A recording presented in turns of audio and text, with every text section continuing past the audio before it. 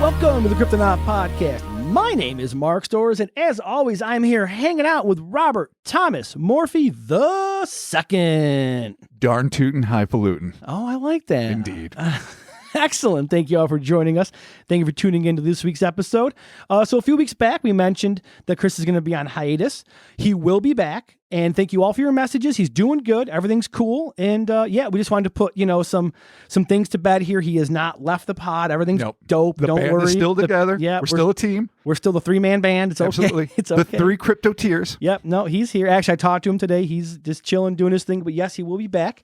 And yes, and again, thank you all for your support and your well wishes. Very much appreciated. Always. Positivity is a powerful force. Thank you. Yes. So this week, Rob, before we get into the Patreons and everything else, I just want to address something real quick here, because unfortunately, a cryptozoological icon literally passed away. R.I.P. Linda Godfrey. Oh, it was a kick. Yeah, it sucks. So I mean, she sent us the Bray Road. I remember interviewing her years ago. She was so sweet. She was so dedicated. She brought one of the most famous cryptids to light. I mean, she's legendary for a lot of things. I'm sure for her family and friends, a wonderful human being that goes beyond. But for those of us that were fans of her work, a pivotal entity in cryptozoological lore, the Dogman, would hardly be what it is were it not for her, enduring efforts and great writing. So for many reasons, I know people that know her are probably crushed, but people that never even got to know her very well, like us, are still going to miss her. And we wish everyone, all of her loved ones, that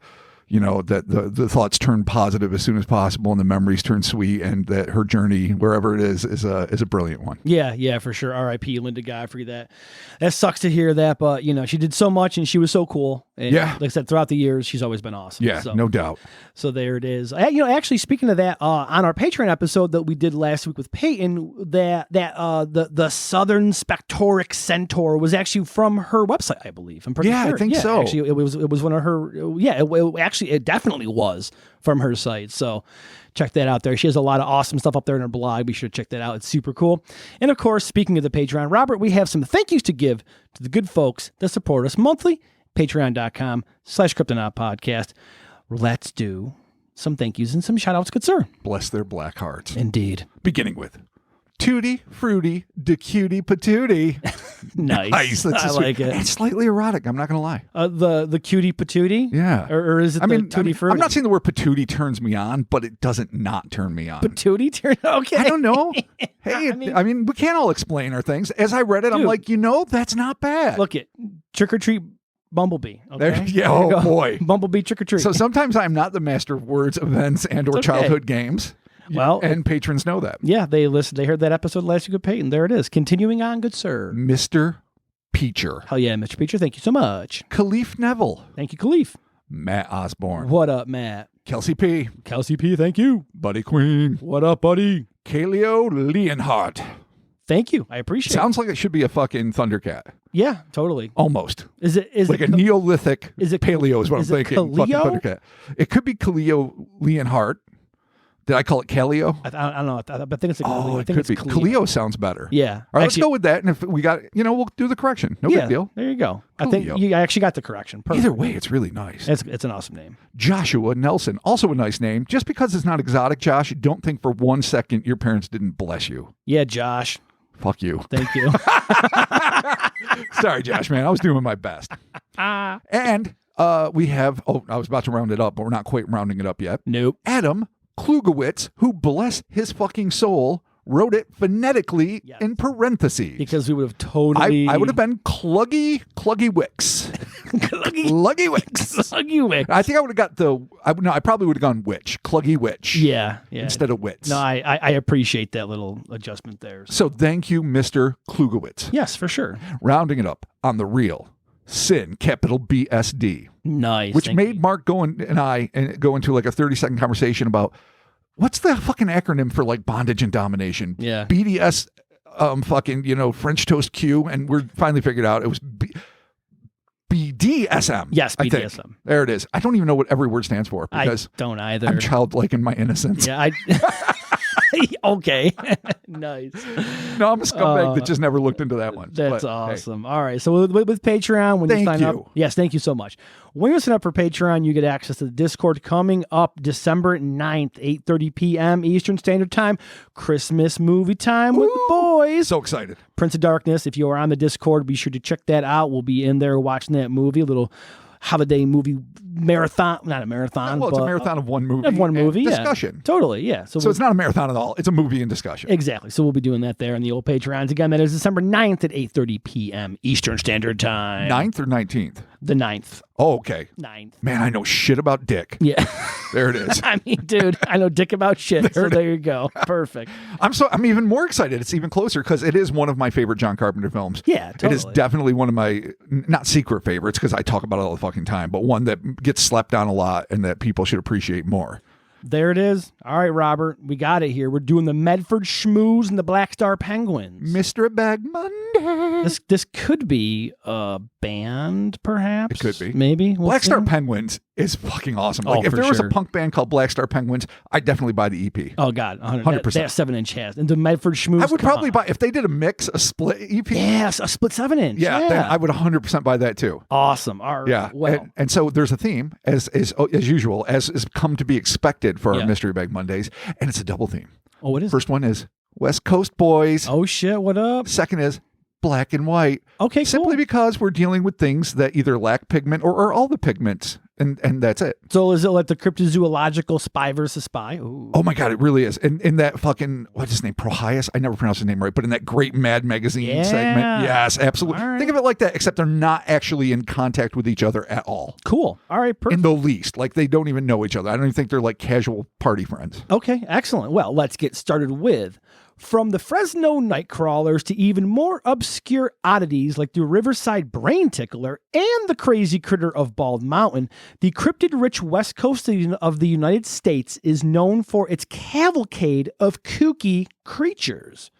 This week, we add 2 more names to this illustrious and ever-growing list, a pair of odd entities known as the Medford Shmoos and the Black Star Penguins. Indeed. I got a little tripped up for a second there. No, but you did good. I tried to come back. Quick recovery. Like, if you were an Olympic skier downhill, that would be like a little bobble, but you'd probably not even get any points off because you didn't like crash, you didn't hit the fucking flag. Whatever the rules are in downhill skiing, I'm acting like I'm an expert. I don't fucking know. Yeah. Anyway, you recovered well. Thank you. You're welcome. Yes.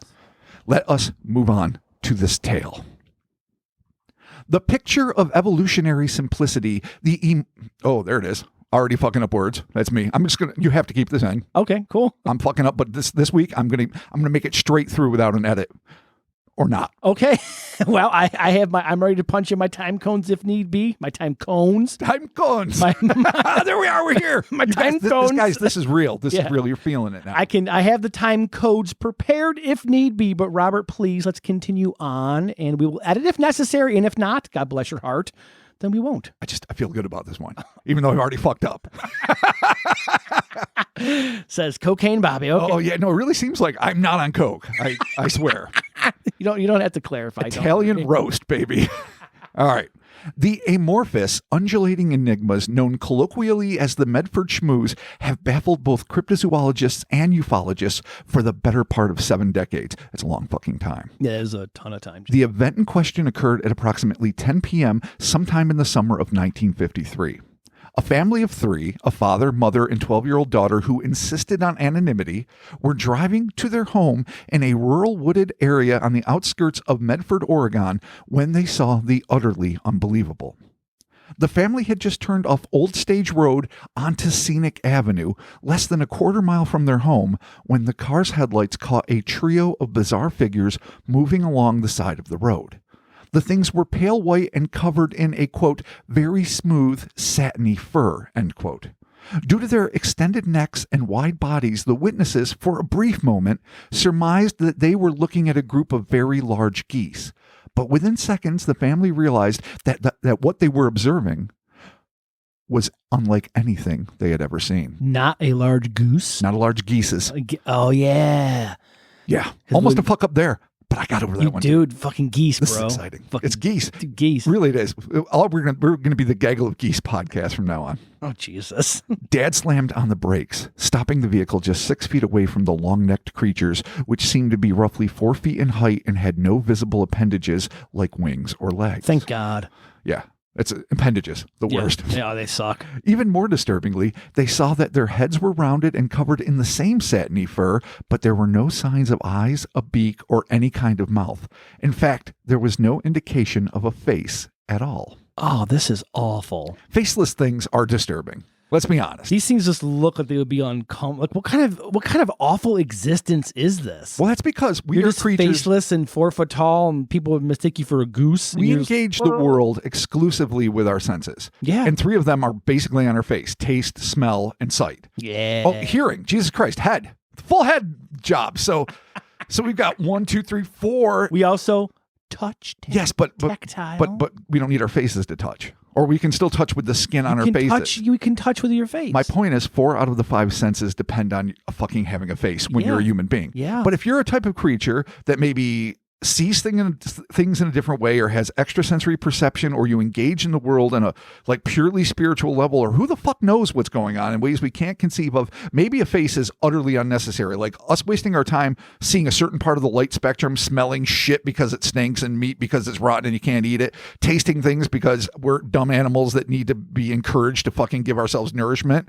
Maybe fucking all that shit is useless to other species. They spiritually ascend the need for a face. Yes. Okay. Thank you. All right. Continuing on. Like geese will eventually do. Oh, God, I hate geese. All right. They're mean sometimes. They are. I'll be honest. They hiss. They're mean. All right. Not to offend the pro geese people. Let me put it out there because I'm going to get a fucking message. I know it. Fine. Geese are fine. I just don't prefer them. Okay. They're I like stay away from them. They're like douchey ducks. Yeah, that's how I think of geese. I really simplify it. Like swans are like the pretty ducks, but they're also prima donnas. They're divas. They're sort of like fuck them because they're too pretty for their own goddamn good. And then ducks are just ducks doing duck shit, but they're kind of cute, especially ducklings. And then geese are sort of like big bully ducks. I know they're different species. Yeah, but to me, they're all different kinds of ducks. I go out of my way that if they are in danger at work, we do our goddamnest to help them. You would never hurt. No, I've saved a plenty of duck, and I've definitely kept geese away from. Like I'm like, don't come over here because it's a big shit. You don't have to like something to save it. That's what makes you a hero. I want to put the pro geese people at fucking bay here. Okay. Okay. Don't at me. Lack of face. Lack of face. These facts, combined with the dearth of feathers, convinced the group that these things were not merely waddling geese. The family could only stare in frank astonishment and perhaps a little trepidation as these pale organisms seemed to glide in a strikingly odd, sideways, undulating motion across the road in front of them. They noticed that the third creature was slightly smaller than the first 2, indicating perhaps that these things, whatever they might have been, were also a family of 3, i.e. parents, accompanied by a smaller child. Oh, it's kind of adorable and still freaky. Yeah, exactly. This weird little faceless baby. Like everything about a rubbery, weird fucking thing is cute and horrible.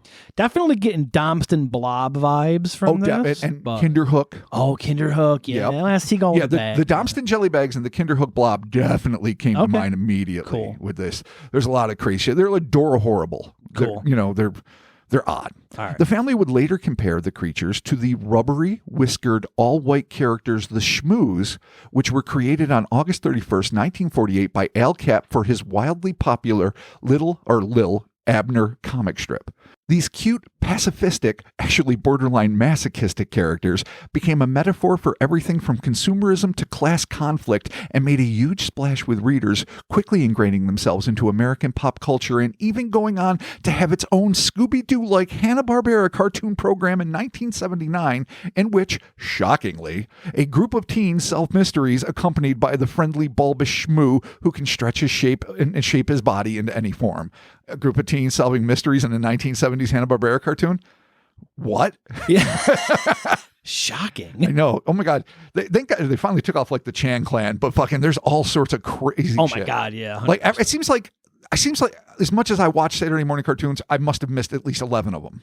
Yeah, there's always every year they churned them out. They always pop up, and I'm like, I don't remember this one. Like, what the fuck is? There's one set in space. Like I knew Speed Buggy, Jabberjaws, the Funky Phantom. Yep. Of course, Josie and the Pussycats, which was sort of like awesome. A progenitor of everything. That might have even come before Scooby-Doo. I'm not a historian about it. Yeah, I think it did. And there's so many fucking others, but here's another one. Fucking A, dude. I didn't even remember the Shmoo, to be honest, being in one. Though I kind of remember, like the Herculoids had a couple of Shmoo type things, Gloop and Gleep. Yeah, I remember the Herculoids version of it, but I think I do remember this cartoon. It's so long ago, and I get it transposed over maybe something with the Flintstones. Else.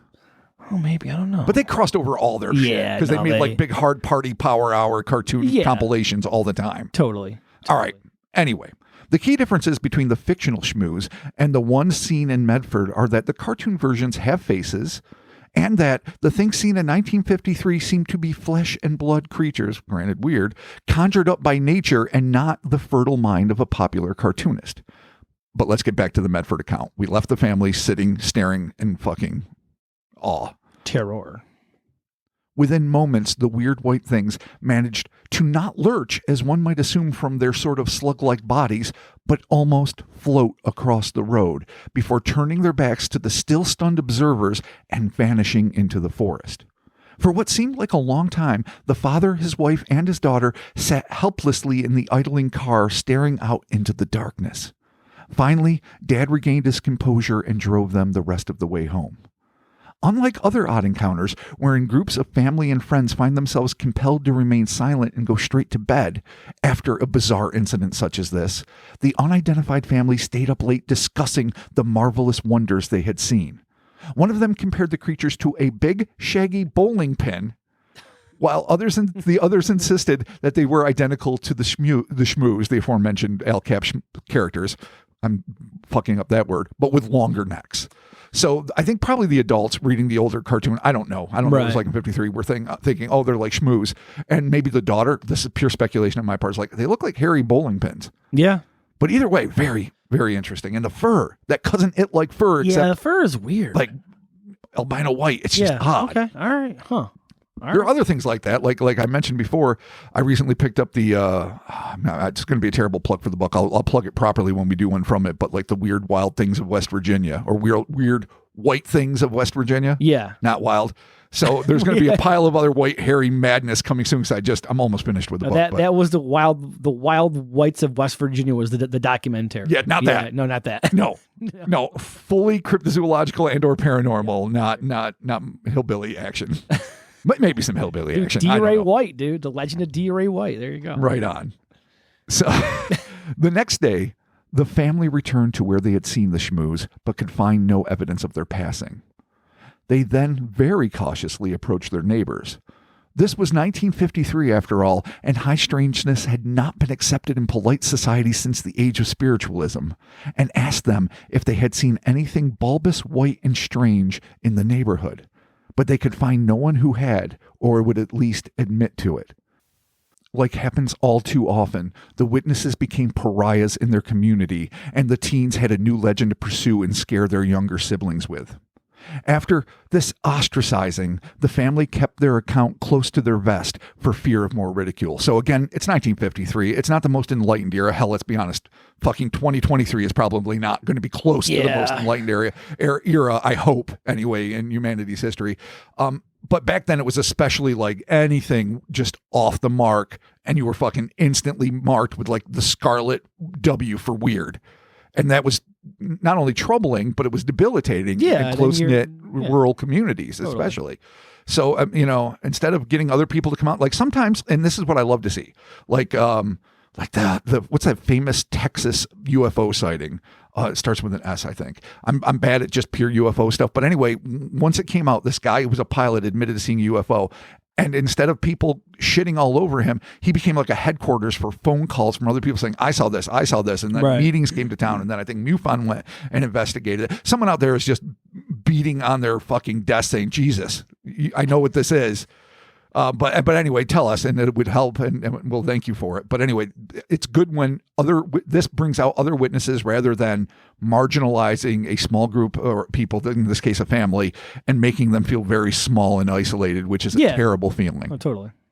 But enough of that fucking soapbox. Eventually, the family moved from Medford to Galt, California, where in 1983, the matriarch of the clan, perhaps still haunted by the memory of these enigmatic entities, sent a letter detailing their experience along with a map of the area and a sketch of the creatures to CUFOS, the Center for UFO Studies. CUFOS, a group founded in 1973 by the legendary J. Allen Hynek, this is when he was still like head of astronomy at Northwestern University, published the letter and image in the 1984 April-May edition of the CUFOS Associate newsletter, introducing the Medford Shmoos to the wider arena of ufology and eventually to all paranormal studies.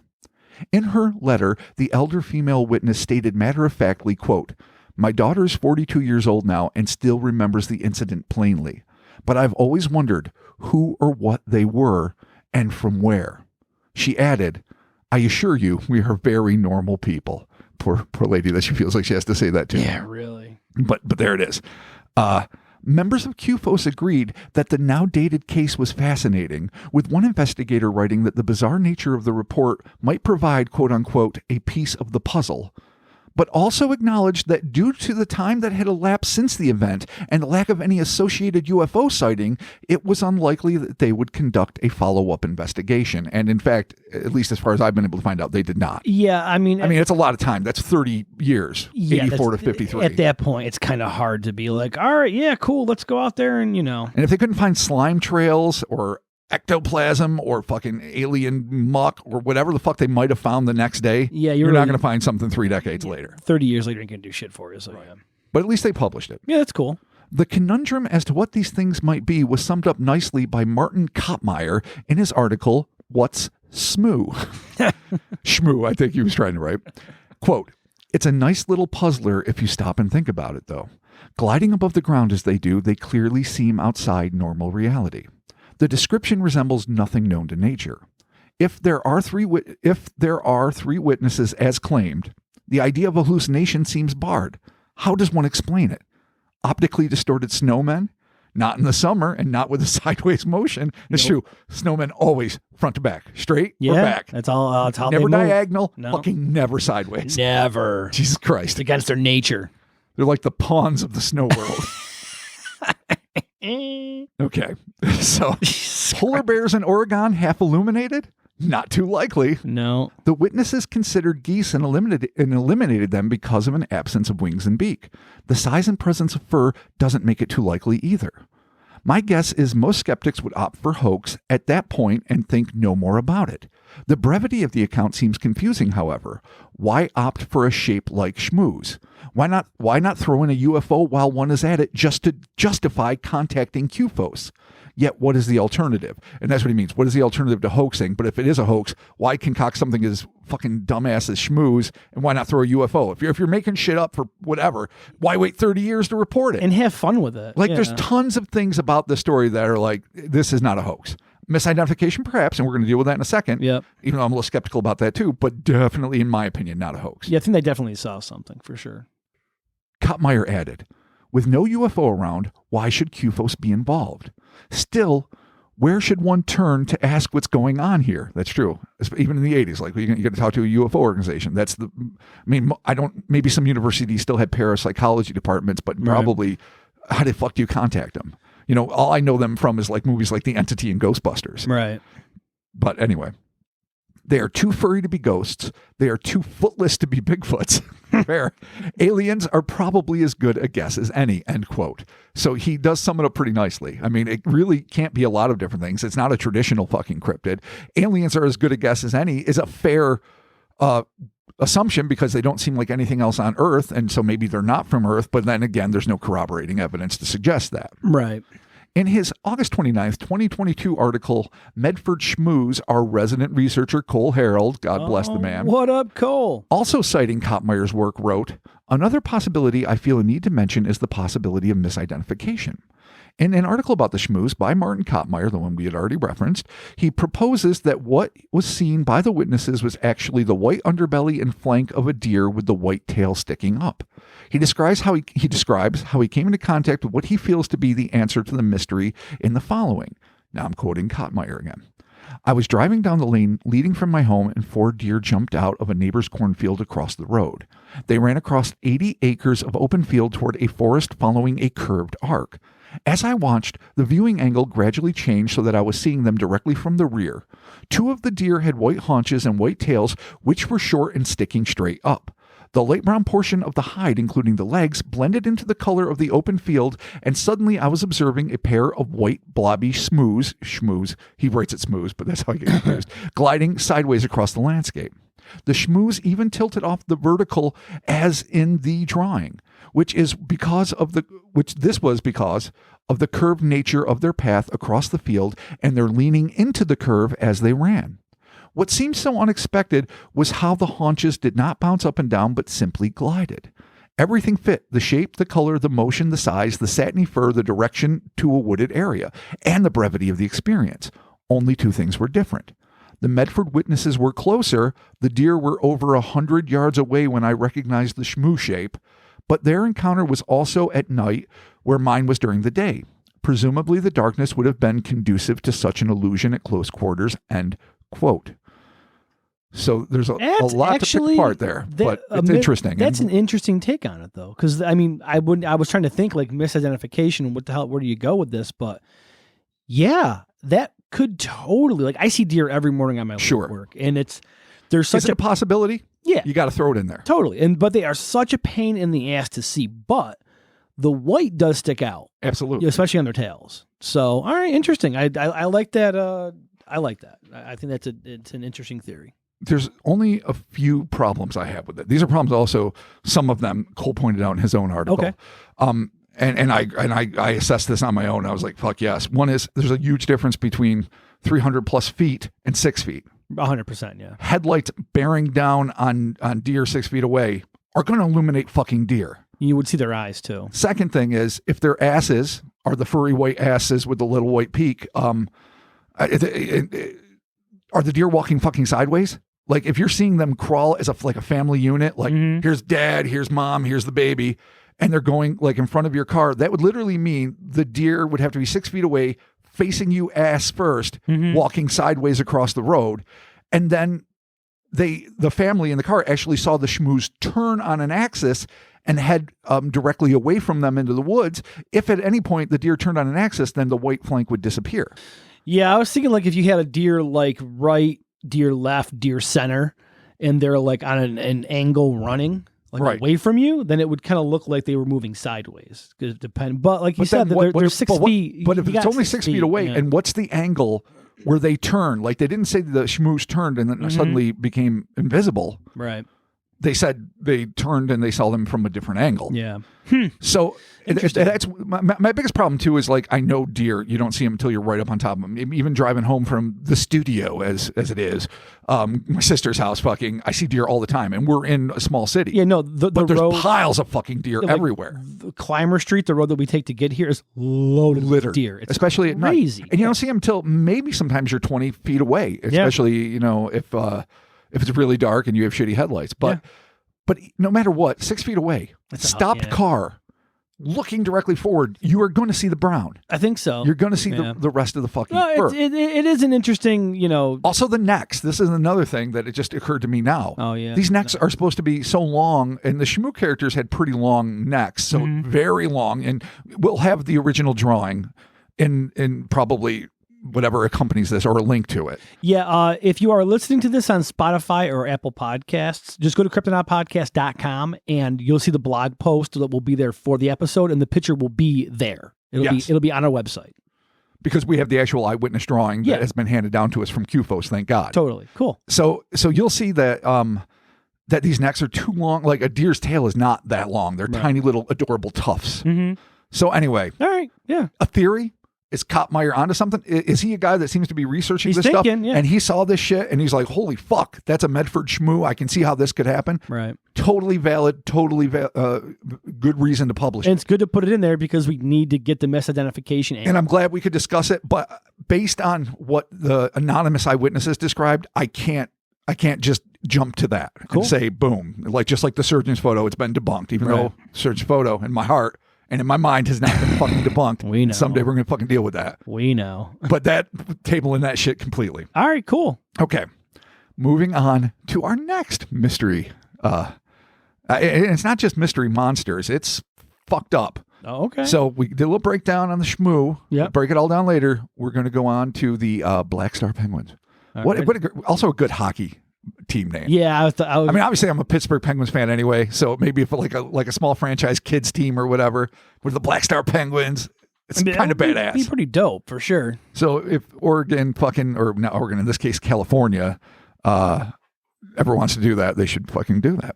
And that's all I'm going to say. All right, perfect. Another extraordinary encounter, which according to the primary eyewitness may well go beyond the cryptozoological and ufological implications to include the occult. Oh, my favorite. It's your favorite place to love be. the You and occult. Alistair Crowley having tea, talking Nessie, hanging out with Lem or whatever the fuck that guy's name was.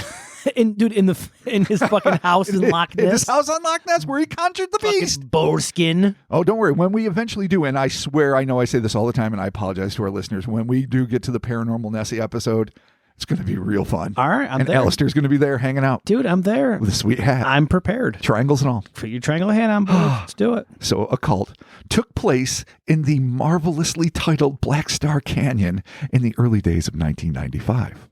According to a post made to the Alt Folklore Ghost Stories news group. That's a lot of dots and dashes. Oh, dude, that brings me back. I have not looked at news groups in fucking forever. ages. I forgot they even existed until I was researching this story. I'm like, oh my God, news groups. I remember there was a Misfits news group. Oh my God. And I was totally like, hey guys, I got some pictures of my Misfits box set that I was going to post here. So here's my CDs and my booklet and sweet. Dude, I was on all the Bigfoot Nessie fucking whatever shits. That, I mean, the early days of American Monsters, a chunk of research came from them. News groups are fucking... I hated the clients, those stupid readers you needed to use, though. What a pain in the fucking dick. Agreed.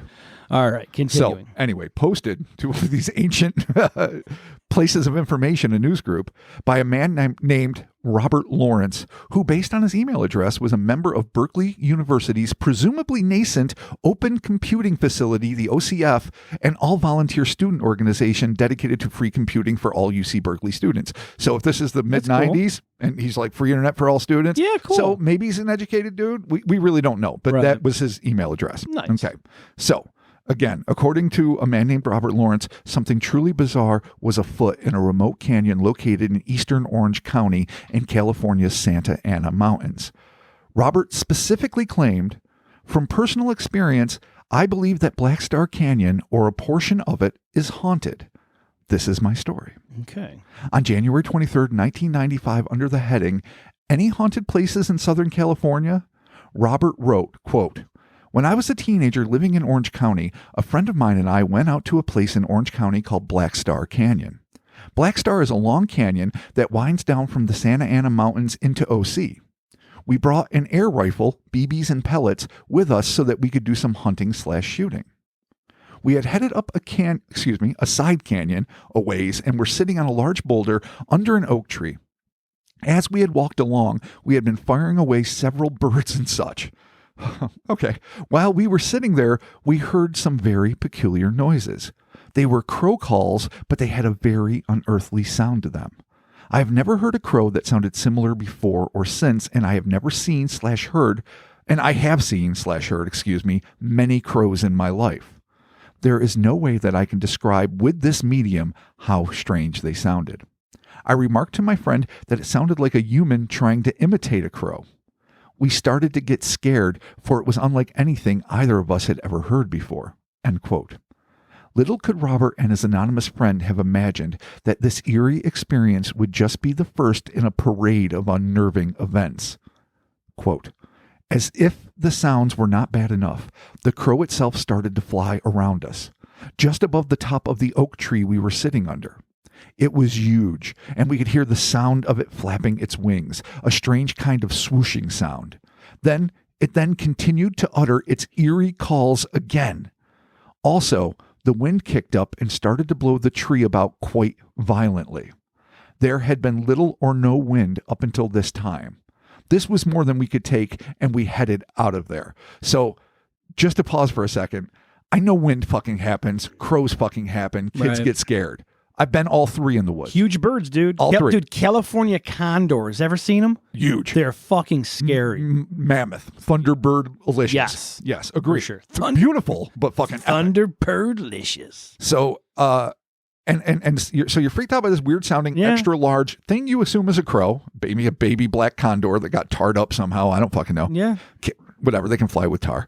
And then all of a sudden a violent wind shakes the tree, but you can't help when you're already in this kind of heightened, agitated state of awareness. You're going to creep yourself You're going to creep yourself the fuck out. So I can very easily dismiss this as fucking hyped up kids. Right. I can also say if I experienced it and then the phantom wind came, I'd be like, the fuck you did. The wind is the fucking last straw. Wind has scared everybody, whether they want to admit it or not. Whether you hear it whistling outside, whether it rattles shit on your house or a tree hits your fucking window 100%. or whatever, walking alone at night. Fucking, I love a breezy day. I love a windy day. I'm like Winnie the fucking Pooh. Give me bluster all the live long fucking day. But wind at night, especially if it's in the wrong circumstance, can scare the fuck out of you. Yeah, howling wind particularly. For sure. For sure. So I empathize with Robert and his buddy. I feel you, dog. I feel you. Yes. They got the fuck out of there. When we got back down to the main canyon, we grew more bold again, as the crow had not followed us. In this part of the canyon, there were a few foundations of houses/buildings that had either been torn down or washed away by flooding. This is also kind of the pathway of the Santa Ana River, so there's periodical flooding. And maybe it takes me back to Skinwalker Ranch, maybe it takes me back to the back lots where I used to play as a kid, where it was a dilapidated World War II munitions factory, all spray painted up with like rotting cars somehow that got in there. But the idea of like foundations adds an element of intrigue and spook a lot of times to me than just plain woods. Like people used to live there, but they could no longer. The creepy detritus. Yeah, maybe they ran because of the evil. Maybe the natural, demons in the area washed them away. Natural demons.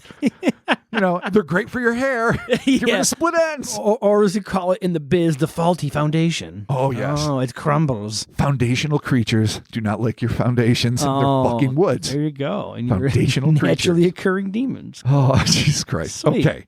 So anyway, they're creepy and they were maybe flooded away. Anyway, and this is him talking, not me. Anyway, as we were walking through this area, we saw a small cottontail rabbit sitting next to a tree. I had the rifle and shot it, but it acted as though it had felt nothing. I know I hit it because I saw a flattening displacement of the fur. We were amazed, and I passed the gun to my friend, who pumped it up, loaded it with another pellet, and shot it again. He hit it too, no doubt about it. It continued to just sit there looking at us. Oh, you fucked up. You fucked up. You took a shot at the occult rabbit. You went to the place where humans cannot live. Nope. The sacred fucking haunted valley with the fucking human crows and the wicked tree, and now you're fucking shooting. And they're like, it kind of reminds me of the bulletproof birds from not Mel's hole, but the other hole in the desert. Oh yeah, shit. What was it? It was the other. Yeah, it was the Mel's hole pod. The Basque community had come up around it with a tumor seal. Yeah, that's where the tumor seal came from. Dude, bulletproof rabbits, dog. Devil's holes. Oh, fucking hole. So we're back to bulletproof animals. All right, cool. I like it. Or at least pellet proof in this case. All right. Not full on bullets, but still fucking weird. Back to his story. This rabbit was no more than 10 yards away. And the gun was an air rifle that had to be pumped 8 to 10 times between each shot. And it was plenty powerful enough to penetrate a rabbit. I then took the gun back, pumped it up, and shot the rabbit a third time. Fucking Christ. Jesus Christ. Still, it continued to just sit there and stare at us. Just stop shooting it. Stop shooting at this point. Like, if it lives through 3 pellets, you know what? Nature has told you this rabbit is to be. It earned the right to live. Absolutely. There you go. This goes beyond Charlotte's Web. You don't need a fucking millipede or some fucking silkworm writing shit in the tree saying, "Stop fucking with the rabbit. Stop fucking with it." No, the 3 rabbit shots, it lives. Staring at you. Like, really, guys? Are you fucking serious? And watch out for my children's book, Stop Fucking with the Rabbit, coming soon.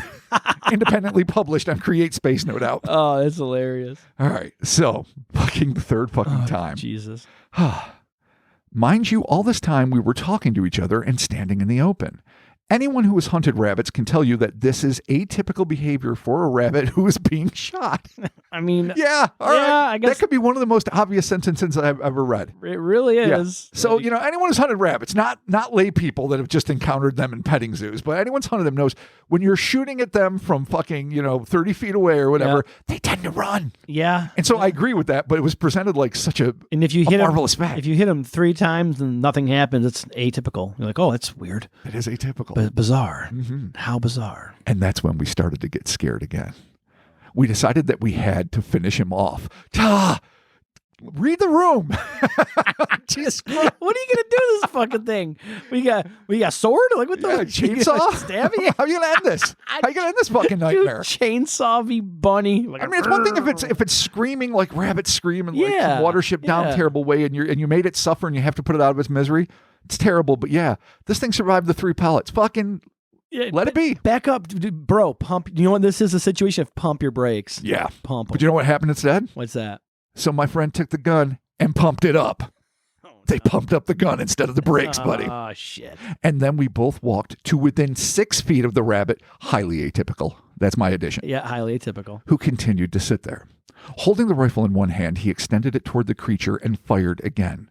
The barrel was only about a foot from it, and the shot hit an ear, causing it to be bent/broken at a 90-degree angle. The fuck? He point blank. Like execution style to the fucking bunny? Yeah, it says Miller's fucking crossing. Just take him to the woods, put him down. And he takes part of the ear off, so the kid has terrible aim. It doesn't even come off. It just bends like fucking Bugs Bunny at a right angle. Oh, man. All right. Okay, well, shit. Yeah. All right. Bad news. Well, not good, guys. Not good. Okay. So, 90-degree angle. It then rambled off, but not a full speed run. At this point, let me say that I know this sounds cruel to many of you, but please remember that I was a raging hormone teenage male at the time. Oh, boy. Dad doesn't excuse it. All right, just so everyone knows, I haven't read this yet, but there could be possible animal abuse. So if you get skewed out by that shit, just skip forward. What's this could be bullshit? It already happened. You're giving them a warning after we told them all about it. What the rabbit was? The 4-time shot rabbit is an animal? Jesus fucking Christ, dude. He lived. He was fine. I mean, it's a fine line between hunting and animal abuse. Kids with a pellet gun just shooting shit for shits and giggles. That's abuse. Okay, yeah. That is not hunting. The rabbit didn't hit. He did not face the rabbit. Well, I mean, surviving a murder attempt doesn't make the dick who tried to stab you a fucking saint. But I'm saying the rabbit's fine. Yeah. Well, bent ear, but yeah. Okay. Rabbit's okay. Okay. But yeah, try the warning beginning. But you didn't know. I guess I suppose this is literally a trigger warning. I didn't think about that. It's just, the animal got away, so everyone's cool. Okay, and all right. It's ear straightened, and he got revenge, and he made bunny babies. Oh, did he kill other families? Carrots. He killed all the families of the people involved. Good. That's not a part that was reported on, but in my heart, I know that's true. Okay. So everyone feel good about the bunny. Okay. All right. Whether or not his vision was affected by raging hormones, I write, the next truly incomprehensible thing that Robert saw would haunt him for years to come. So I thought that when you were reading that, at this point, let me say that I know this sounds cruel to many of you. I thought he was going to continue to fuck with the rabbit. Oh, that's why I said trigger warning. I haven't read this. I don't know what's going to happen. You thought, okay, that makes sense. No, I thought he literally was in. I didn't realize. This might sound cruel to you. No, I think all the aforementioned shit. Okay. Yeah, there's no more. Yeah, then whatever. No more rabbit in this whole story. Whatever I just said, totally disregard that, because I was like, we picked him up and snapped his spine or something fucked up. But they're going to continue like some fucking Jeffrey Dahmer shits. No, it didn't go there. All right, good. Yeah, thank God. All right. Okay. I need to understand how to read. Robert. You didn't have any chance. I literally sent this to you when you were driving to the podcast. True. This is not your fault. This is on me. The rabbit survived and killed the kids' families. All of them. All of them. All of them. I mean, aunts and uncles, cousins. Yeah. Like their entire lineage. If you were on Ancestry.com and didn't even know, you got fucking done. The rabbit ended it all. The rabbit knew. There you even go. When you didn't. There it is. Okay. All right. Continuing on. Back to the story. I'm so dumb. Quizote. At this point, the wind kicked up again. The hellish wind. The satanic wind. That's my addition. Nice. We got very scared and headed for the car.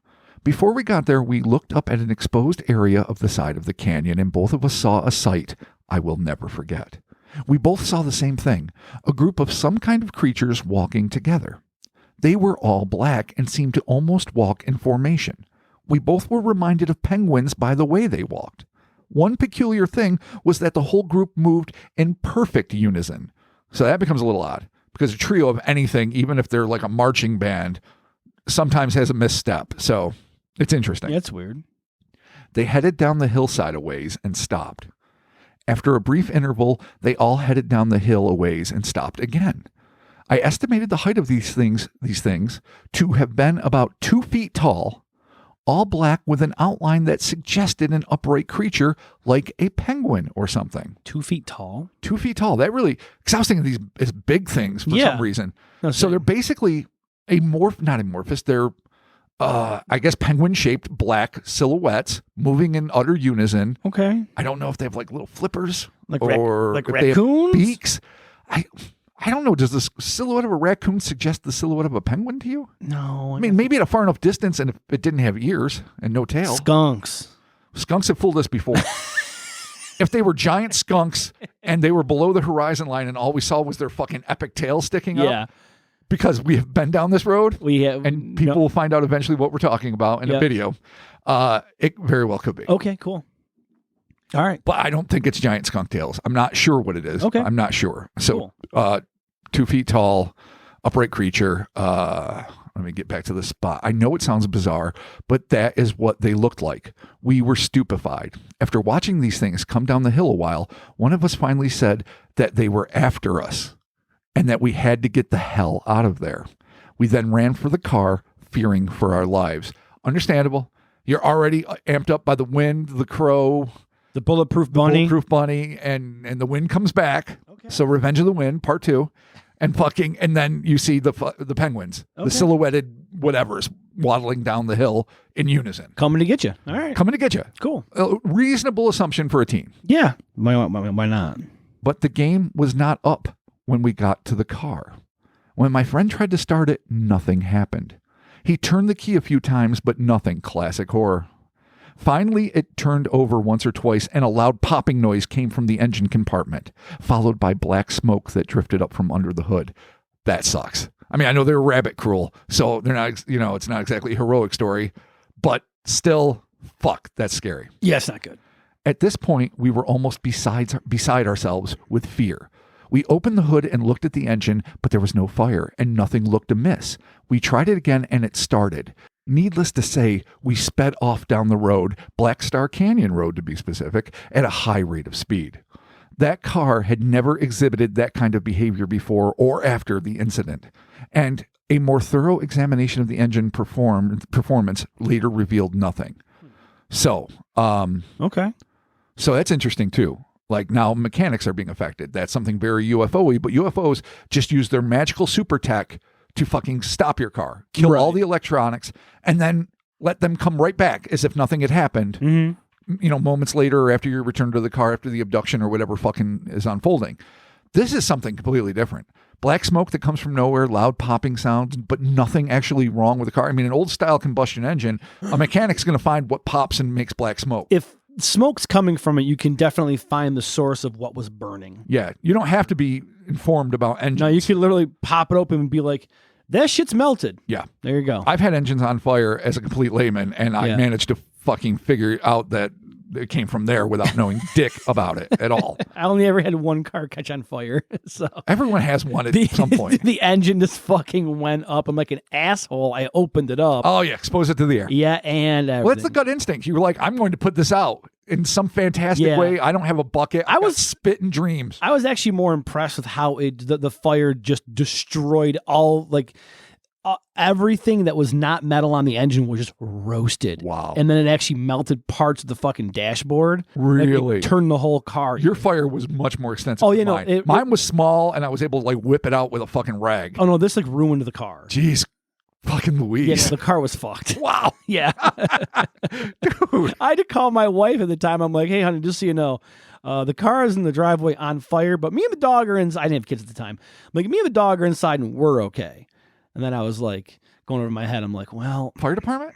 Oh, yeah, no, 100%. Okay, good. I was like, hey, guys, you got a problem? Nothing major. Just car on fire in the driveway. It actually left a huge scorch mark in the driveway, and the landlord was not happy about it. Hey. And that landlord was not our friend. It was someone else. Oh, I remember. Yeah. Oh, yeah. So that's bad. Yeah. Hey, what are you going to do, man? Cars catch on fire, dog. They happens. Do. Yeah. You know what? Better that than part of your fucking house exploded. I thought the house was going to catch on fire, too. Yeah. I was like, well. Just inside with the dog going, I guess this is it. Good thing you guys are here, because this fucking fence and house are going up, boys. Let me write out a will quick. Yeah, I know. I'm just going to leave. See you guys later. Good luck. Going down with the car. Good luck, house. Good luck fucking house. Going down with my Chrysler Cirrus, you sons of bitches. Oh, God, I love that story. Oh, all right. It's the best. Continuing. Okay. So they sped down the road. Engine's fine. Years later, Robert discovered something that, for him at least, helped him make sense of this extraordinary experience. Quote, about 5 years after the above happened, I chanced to see an article in a local newspaper that related various historical facts about Orange County. One story caught my eye and immediately made me think of the above. It related that when the Spanish ruled California and the missions were in full operation, there was a small band of Native Americans who lived in Black Star Canyon.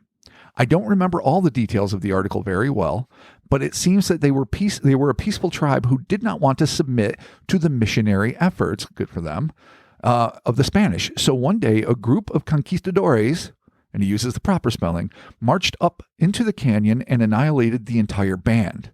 This much, at least, is an historical fact that can be verified. It sounds shady. Always...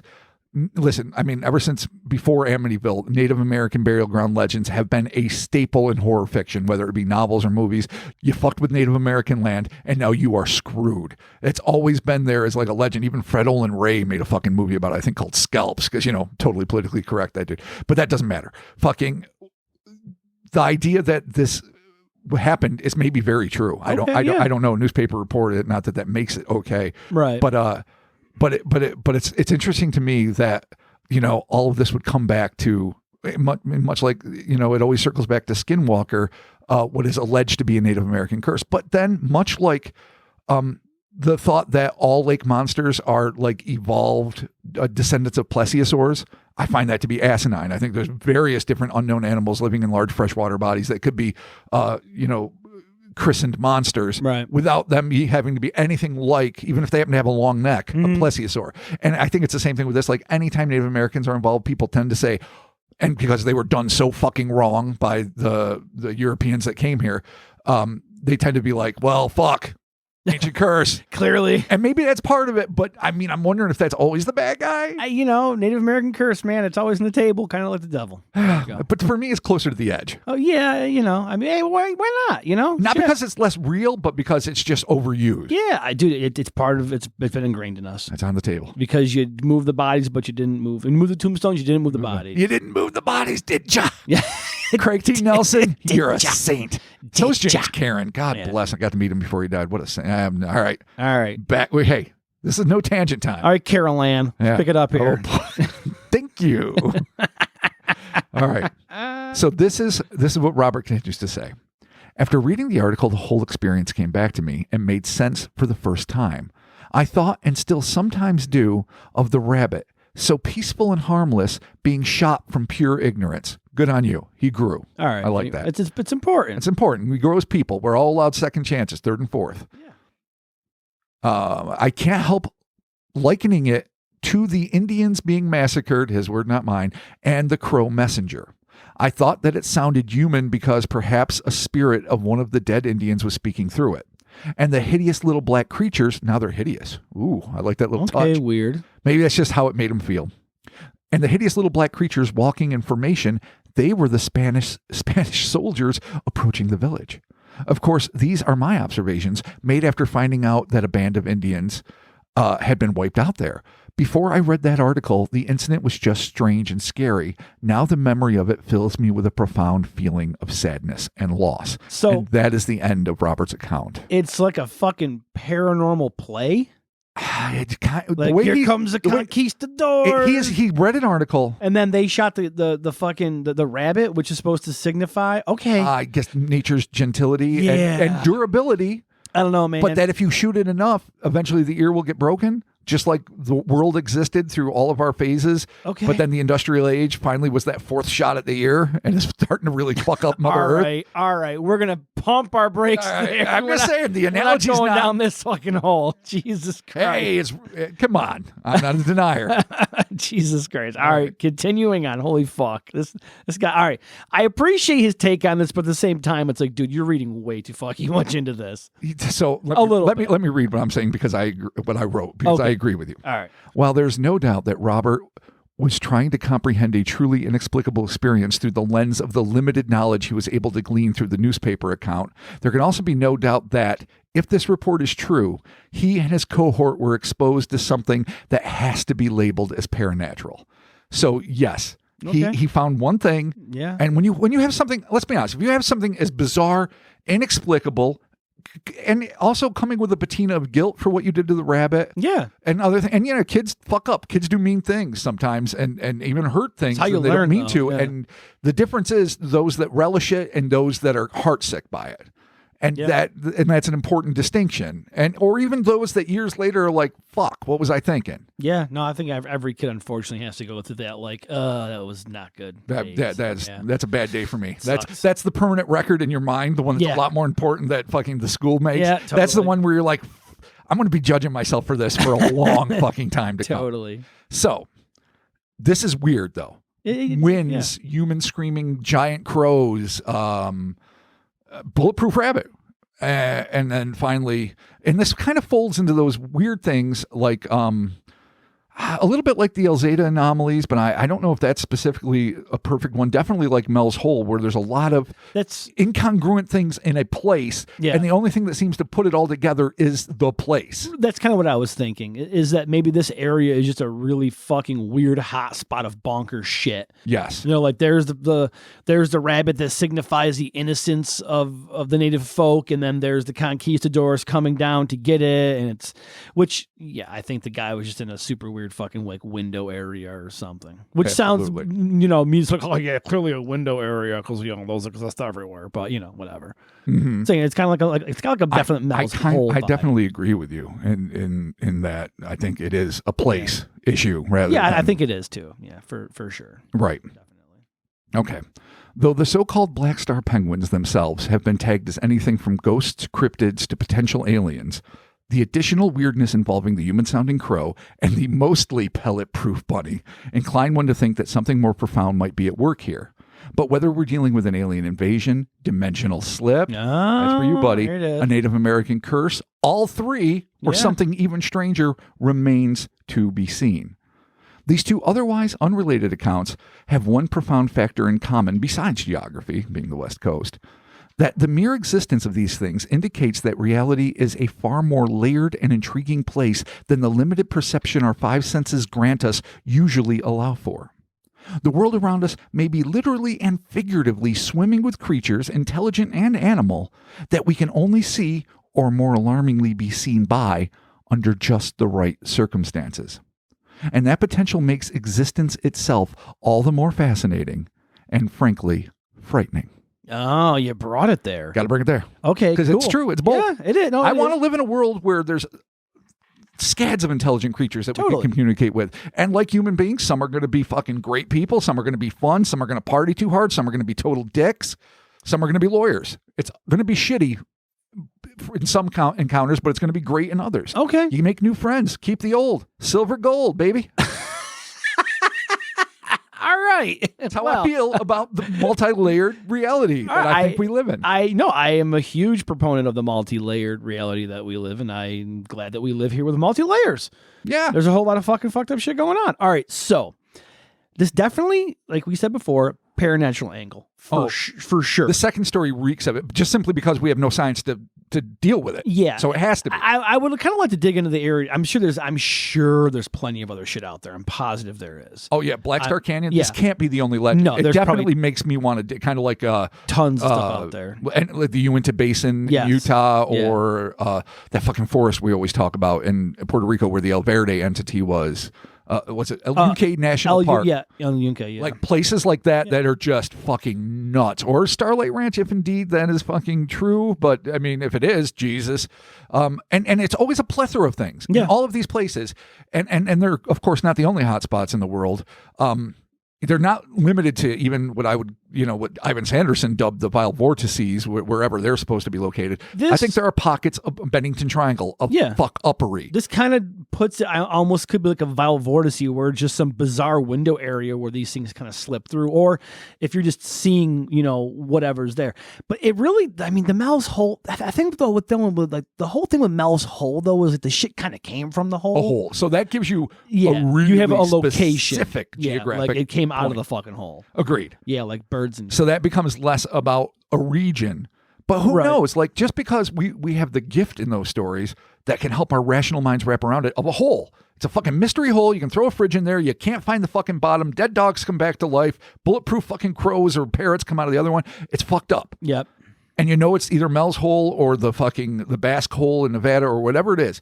But maybe all these areas have a place, and maybe they're not always visible. Yeah. Because maybe where the veil is pierced, the window is open, whatever analogy you want to use, maybe that is underground in these cases, but in other cases, sort of like the lady you interviewed who talked to the Fae, and it's in that park where there's supposed to be a vortex. Yeah. And years ago, you and Chris went to interview. Maybe a place like this, like it's like a turn on a path in the woods, and it's almost like when you're in a hall of mirrors, like you can't really see that it's anything, but you go through it. And you're just, you're there. Dude, quartz deposits, dude. Big quartz deposits. You're bringing it. Bring it home, baby. There it is. They attract all the Paranatural. We got them. It's a fucking crystals. It's a gateway. Dude, crystals, man. It's California, dog. Crystals. Gateway drug. Crystals. That's how it starts. It really crystals. does. Yeah. You get one crystal. Peyton started wearing a crystal that her boyfriend gave her. I'm like, God damn it. Oh, no, really? Do you know where this goes? To really interesting places that are worth exploring. That's what I said. Everyone thought I was going to be down on it. I'm not. I'm into crystals, bitches. Told you. Oh, here's Uncle Anti-Crystal. No, not at all. I'm Uncle Pro-Crystal. And I'll hang out with fucking hippies. I'll go to fucking Sedona or wherever fucking people conglomerate. I think that's where all the crystals are. I'm with that. Sedona. Dude, I've got no beef with this whatsoever. Let's fucking do it. Chakra my shit up. Clear my fucking lines. Crystals are not my thing. But if that's your jam, I mean, what's the worst you're going to do? Just be like, here's a really big crystal? Like, cool. Worst case scenario, you get rubbed with a rock. Yeah. That's never a bad day for me. I mean, yeah, it's not like a rough piece of granite or some shit. Smash in the fucking face with it. I guess you're all right. Yeah. I mean, I don't know. It's not my jam, but you know what? I'm not here to judge, dude. Uncle Pro Crystal over here. That's how I do. There you go. All right. So yeah, quartz, man. And where's my Himalayan sea salt, bitch? Did you move it? Oh yeah. Dude. Nicole has some fucking Himalayan sea salt. I love licking those things. That she's just like, it's like I'm a deer, I guess. I don't know if it gives off positive energy or some shit. I mean, you're a nurse, man. You're a diabetic educator. She's allowed to be open to things. Acupuncture is real. Acupressure is real. There's lots of things that were considered like fringe science that have been proven academically. We have fucking auras or whatever. What's that? What's that goddamn photography? Carillion photography that used to. I don't know. They used to have places in colleges in the 70s that studied this shit all the time, and in search have made documentaries about it, and I believed it, and I still do. And I've never seen a piece of evidence about it since. Man, aura photography. God. All right, cool. Carillion, dude. Carillion? Like where Han Solo's from? No, geez. Criminals. It's not all about Star Wars. Okay, all right, fine. All right, but none of this has anything to do with fucking penguins and schmooze. With this case for the penguins, we're definitely going to go Paranatural with that. Possibly some sort of interdimensional thing. Yeah, too much going on in one place. Yeah, but you know what, though? I could see Native American curse, something paranormal. There could be something happening there for sure. I don't think it's some weird play of like symbology or symbology, right? Is that thing? I think the biggest reach for me was that the 2 foot tall in unison waddling creatures were the fucking conquistadors. Yeah, that was a bridge too far for me. That to me is like, okay. I guess. A human screaming crow. That sounds Native American cursey to me. A bulletproof rabbit, nature's revenge, sure. So far, so good. Yeah. They're the ghosts of Spanish invaders, and they shrank, and they're doing whatever the fuck. Oh, dude, they had the helmet, like Phantasm, dude. Oh, the little, not really crazy, Jawas, not really Jawas, but the crazy little Jawas. Dudes. They put them in. They shrunk the zombies so they could endure the weight of Mars or whatever planet. They sent them through those fucking tuning forks. That homeworld sucks. That homeworld sucks. It's all desert and shit. Hated it. But as a kid, it blew my mind. I'm watching a horror film and suddenly it's an alien movie. And I'm like, you're like, Like, no. dude, like he destroys worlds? What? Yeah, he does. What? Yeah, he doesn't just fuck up your small town. No, he destroys worlds. Yeah. Oh, Phantasm fucking rules. Tall Man's actually much more powerful and evil than people give him credit for. Oh, dude, 100%. And then when you get to like Ravenger, holy shit. Sweetest guy, too. Oh, really. dude, he was the best. I got to meet Angus Scrim, and he was just so sweet. So as far as the schmooze, all right. Let's go back to the schmooze. I mean, I understand why they contacted the UFO folks. I get it, but who else are you going to call in the 80s? There especially? isn't. Yeah, I mean, but cryptozoologically speaking, is there really like a? Well, you mean ufologically or cryptozoologically? No, I'm saying totally UFOs off the table, just cryptozoologically speaking. Is there any creatures that we have a reference for that are close to these things? Yeah, Kinderhook blob. Okay, like you said. The Fresno Night Crawlers. The flying jelly bags of Domston blobs. Domston blobs, thank you. Even though I always call them the terrible flying jelly bags, because I think that's what Steger called them. And it stuck in my head because that was my first encounter with them.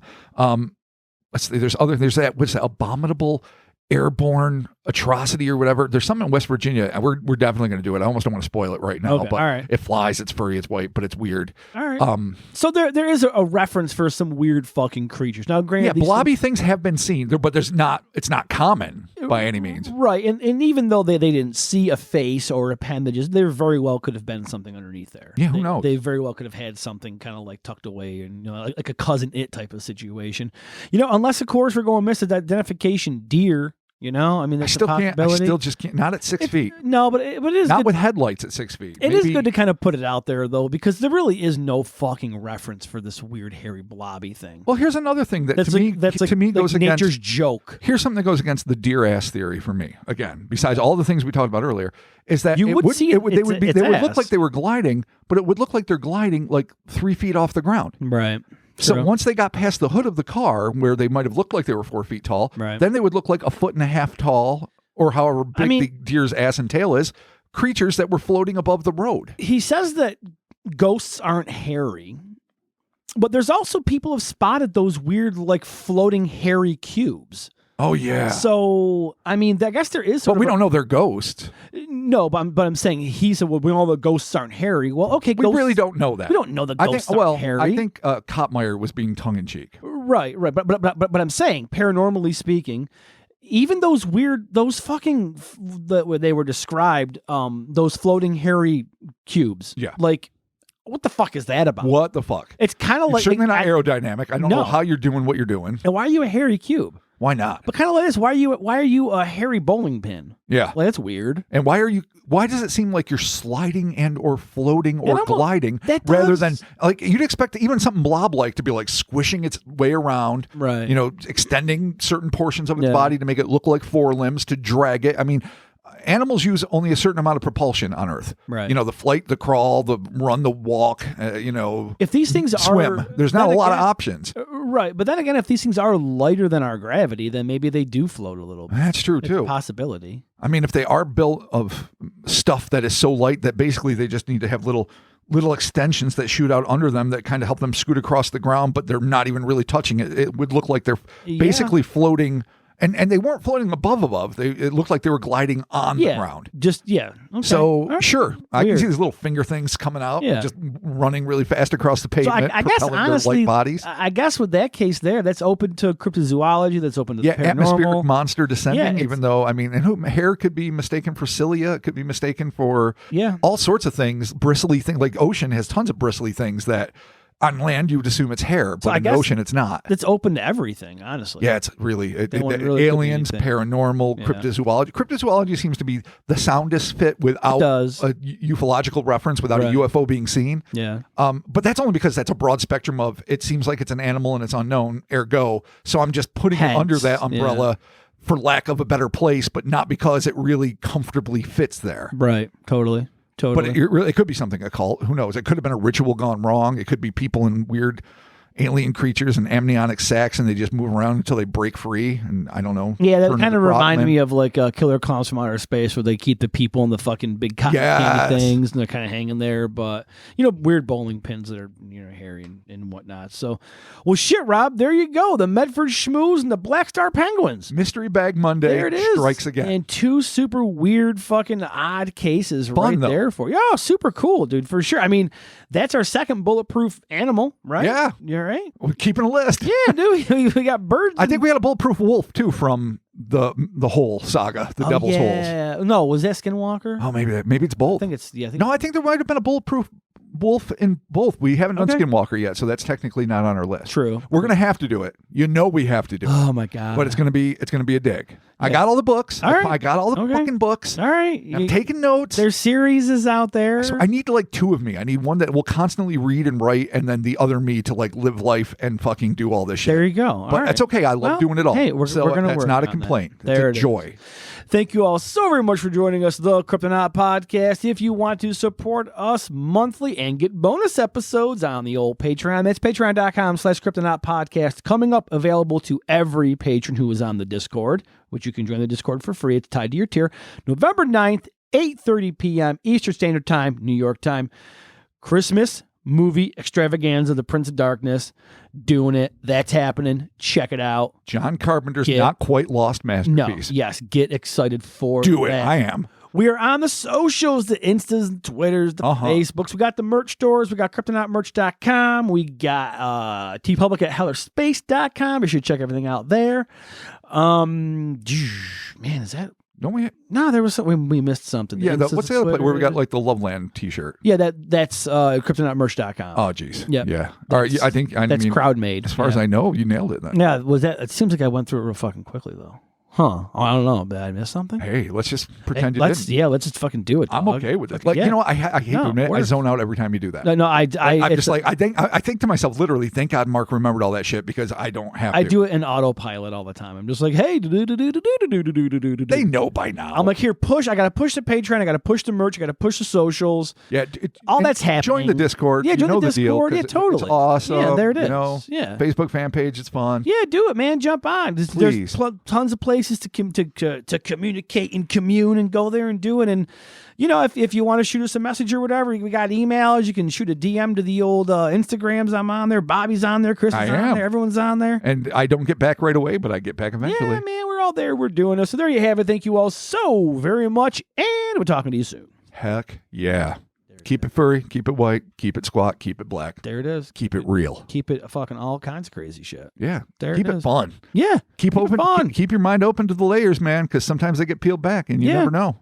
You never know what hole some shit might come out of.